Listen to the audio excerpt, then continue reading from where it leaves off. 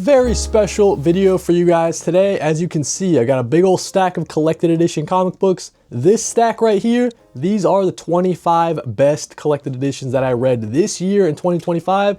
Best 25 of 2025, you guys get it. We're gonna get into this and we're gonna kind of rip through it. I'm not gonna show you guys very much of the art. I think I'll just give you guys my brief thoughts on each read and hopefully give you guys some great recommendations as you head into the next year. A lot of this stuff didn't come out this year either. Me being a newer comic book reader, I started in like 2022, but it's all stuff that was new to me in the year of 2025. So let's get into it. My number 25 pick of the year, let's go with Sex Criminals, Chip Zdarsky Matte Fraction series. One of the wackiest reads of all time. The story is about two people, a couple, whenever they have sex, the world freezes. They decide to commit crimes while the world's frozen. Just a really, really wacky read. I ended up loving the character of Susie, John, and the rest of the ensemble. Just a great read, man. Everybody should check this out. It's not for everybody, I guess I'll say that, and definitely not, recommended for younger readers, but I quite enjoyed reading Sex Criminals. Easily on my 25 list at the number 25. Number 24, let's go Houses of the Unholy. Ed Brubaker, Sean Phillips story here. I guess with me, this one just wasn't my favorite Ed Brubaker, Sean Phillips read. Obviously, it's got the classic artwork that you might know if you're familiar with Ed Brubaker, Sean Phillips stuff. It dealt with the satanic panic and this girl who was involved in the satanic panic when she was a kid. As she's growing up, turns out someone's killing all the kids who were a part of the satanic panic. And she kind of investigates what's going on with that. Kind of like the ramifications, the consequences of being a part of the satanic panic when she was a kid. It's all coming up and catching up to her when she's an adult. I guess for me, this one, like I was saying, just not my favorite Ed Brubaker, Sean Phillips read. But then more than that, I'm not a fan of how this one ended. Kind of left very unsatisfying taste in my mouth. But it's still an Ed Brubaker, Sean Phillips read. It's still better than most comics you'll have a chance to read. Just not my favorite out of their stuff and not my favorite of the stuff that I read this year. Let's get into my number 23 pick. We're going with Die. Kieran Gillen, Stephanie Hans. This is something I read very recently and I just fell in love with the world of Die. As you can see here, it's kind of like a, fantasy sort of world. These 6 kids are sucked into the world of Die. It's kind of like a reverse Jumanji. My fireplace thing just ran out, hold on. They escape the world of Die, and when they're adults, they get sucked back into the world of Die. So very, very cool with this reverse Jumanji sort of story, but it's like the artwork for me from Stephanie Hans, just so sick. So if you're interested in any of that, definitely check out Die. There's a new series coming out right now called Die Loaded. It's a sequel series to this, so you gotta read this first, but it's also excellent. So yeah, Kieran Gillen, the more I read of Kieran Gillen's stuff, the quickly he climbs up my favorite writers of all time list. Speaking of writers I love, let's talk James Tynion IV. Something is Killing the Children, Deluxe Edition, book number 1. I read this previously in single issues, but this is where I stopped reading the series, right after this material. So although I've read this before and I ended up loving it again in this Deluxe Edition format, I gotta read what's beyond this, man, because that's gonna be some all new material for me. So when I get into Deluxe Edition number 2, you guys can expect that to be on my end of the year list next year, I'm sure. So yeah, I really enjoyed. It's a classic series. I'm sure most people know about this, but yeah, I really enjoyed it. My reread of it this year in preparation for that new material that I haven't read yet. Let's talk Vagabond, dude. So Vagabond was the only manga I read this year. Oopsies, that was a reading goal. Failed that reading goal quite spectacularly, but I loved Vagabond. I'm gonna continue reading Vagabond next year, I think, and just really love the main character here.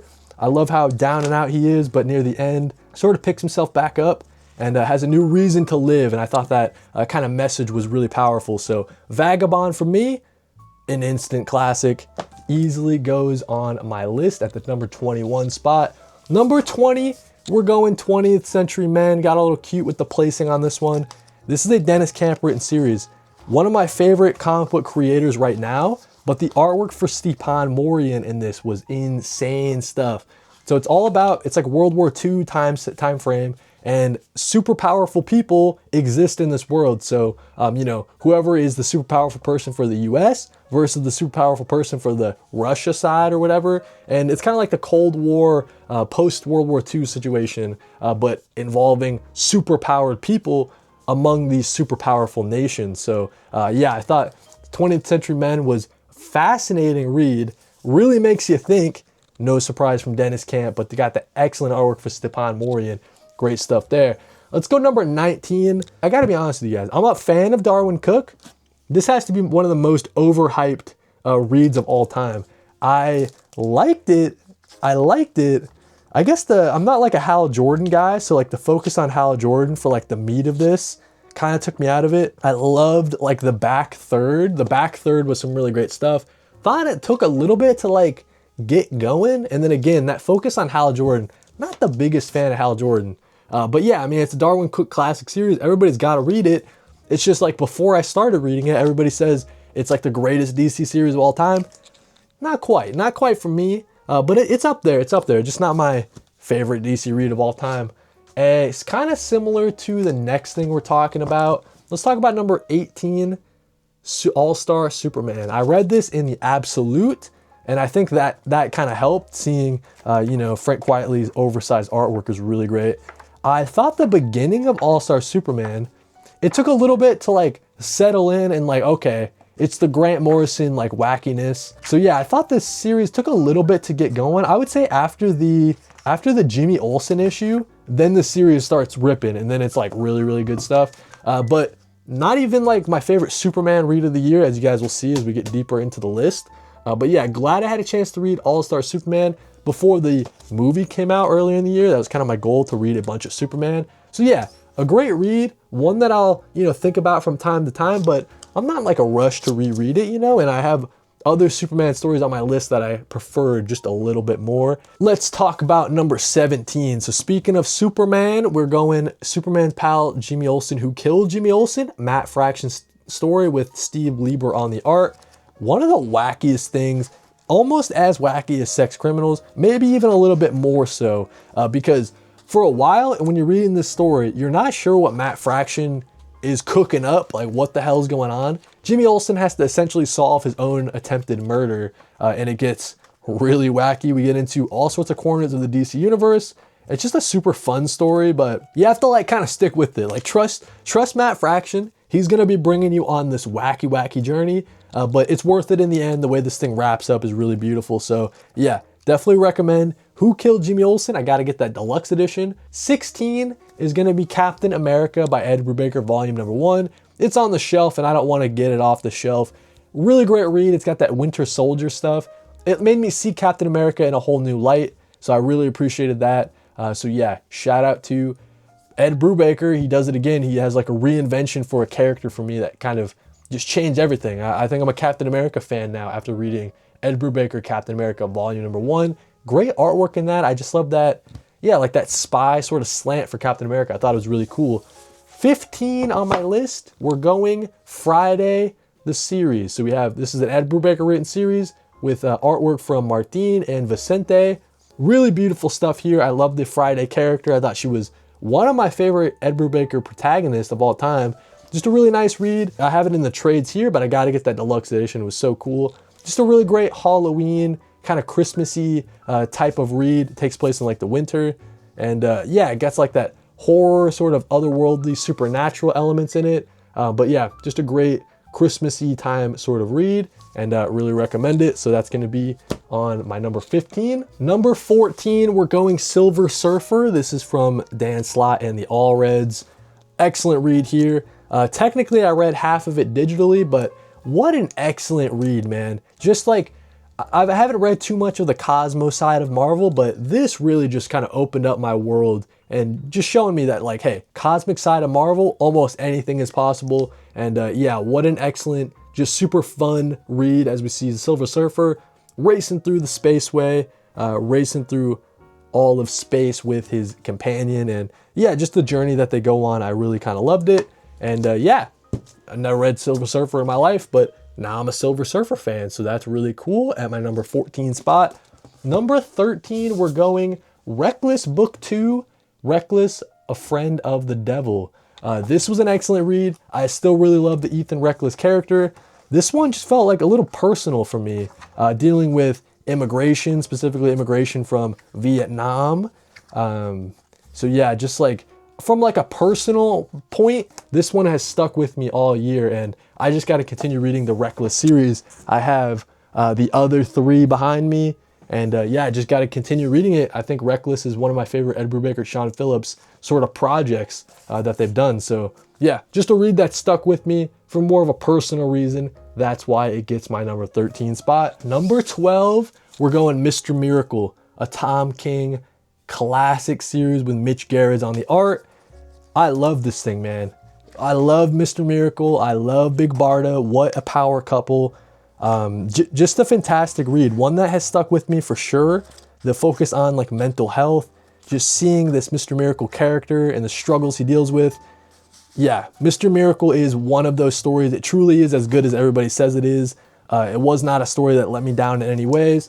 You got that classic 9-panel grid. And yeah, I just fell in love with Mr. Miracle, Big Barda, one of my favorite characters in all of DC, and this read was a big reason why. Number 11, almost cracking the top 10. Let's go The Road. Obviously, this is an adaptation, graphic novel adaptation from Manu Larsenet. But I just got to show you the art style, man. The boy and the man as they cross this post-apocalyptic wasteland. But you got that excellent artwork from Manu Larsenet. It just really brought the story to life in a different way. I'm a fan of The Road from like when I was a kid. It's like one of my favorite reads from when I was a kid, but this is my favorite way to read The Road now. Manu Larsenet brought like a new dimension to this story that, yeah, I thought was just excellent. So gotta read The Road. Excellent kind of monotone art style from Manu Larsenet, and one of the best graphic novel adaptations that I've ever read. Excellent stuff there. Let's go number 10. Cracking the number 10, we're going deluxe edition of Deadly Class. Volume number 2, so sick, dude. I fucking love Deadly Class. Rick Remender is such a G. I love Craig and Boyd on the art. It's just like one of my favorite sort of like anti-Harry Potter. It's all the kids that are trained to be assassins at the school, and they're all killing each other. It's so action-packed. I love the ensemble here, and just like quite possibly my favorite Rick Remender series. So as I continue chipping away at Deadly Class, I liked volume number 2, maybe a little more than volume number 1, but just such an excellent world. This thing rips. This thing's so fun. Yeah, you got to check out Deadly Class if you haven't yet, especially in this oversized Rick Remender deluxe edition format. It's so sick. Number 9 on my list, let's go Descender. So book number 1, book number 2, I'm just lumping them all together. Descender from Jeff Lemire and Dustin Nguyen, one of my favorite reads of all time. So sick, this sci-fi world that they built. As we see this character named Tim21, he wakes up and he just goes on this crazy journey. He's an android, he's a robot, but it's like that story of, what makes a human? Can this android show like human characteristics and personality traits and stuff, and how human is he and how human can he be?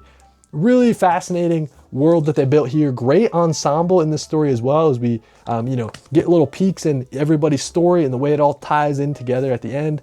Just beautiful stuff. I gotta read Ascender, the sequel series to Descender. I'll be reading that next year and I'm gonna be loving it, I'm sure. Dustin Nguyen, Jeff Lemire, instant classic with Descender.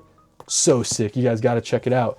Almost to the end of the list here. We're getting into the top 8. Superman Smashes the Klan. A Jin Luen Yang instant classic.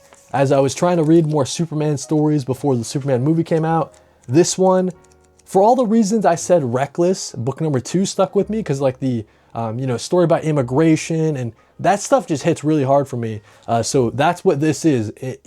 This is the story, the ultimate story of Superman and the immigration aspects of it. We have a great ensemble here with Tommy and Roberta. It's just like you just fall in love with these characters and kind of the early 40s, 50s kind of time setting that takes place in. It just feels classic, but it also feels timeless. Jin Luen Yang, banger story here with Gui Hiro on the art. It seems like it's going to be for kids, right? But, the kind of values and the Superman Smashes the Klan really good.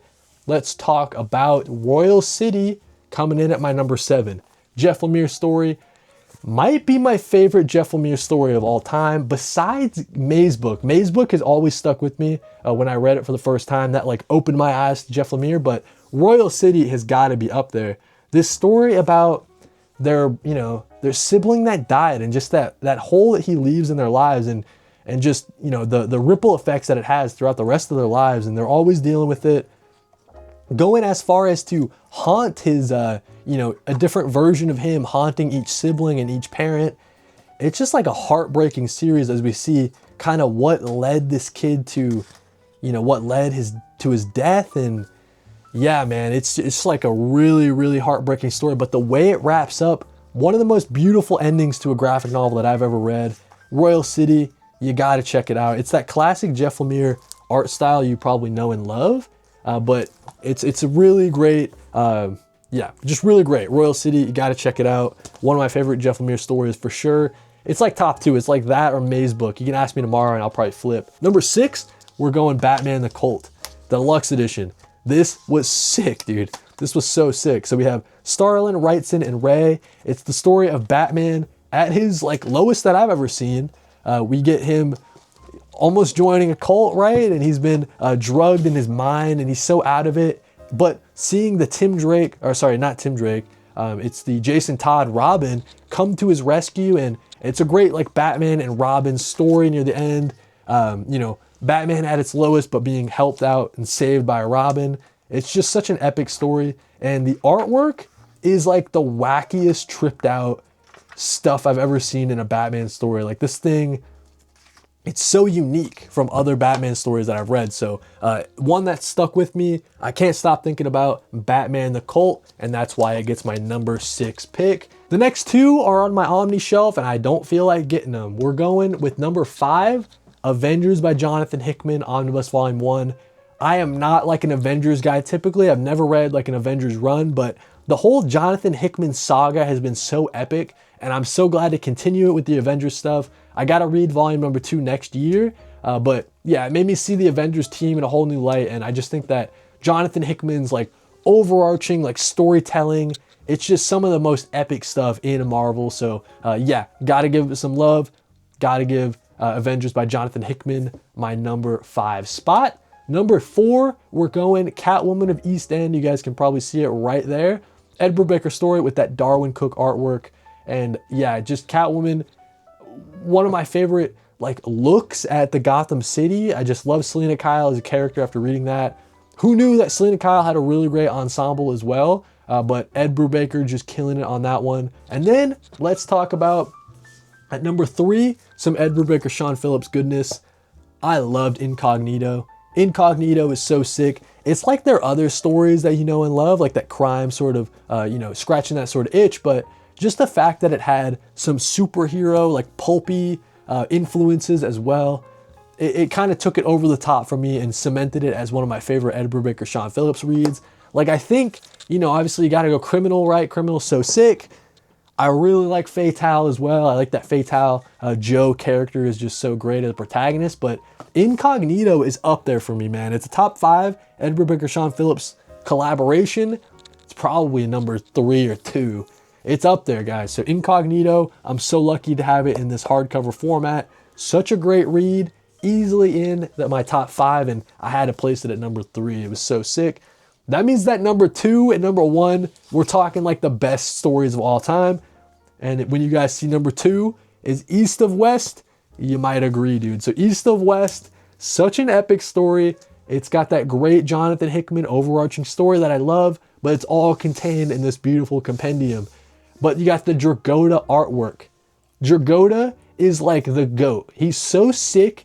All his style is so cool. This story wouldn't have worked without Dragotta on the art. Like I guarantee you. And yeah, just the all the characters, just the whole story, the whole journey all throughout is so good. I love the world that they built here, and yeah, East to West is like on the Mount Rushmore of Image Comics. It's up there easily, man. It's up there. So definitely got to check out East to West. But guys, favorite read of the year, we're giving it to Up in the Sky. Superman Up in the Sky.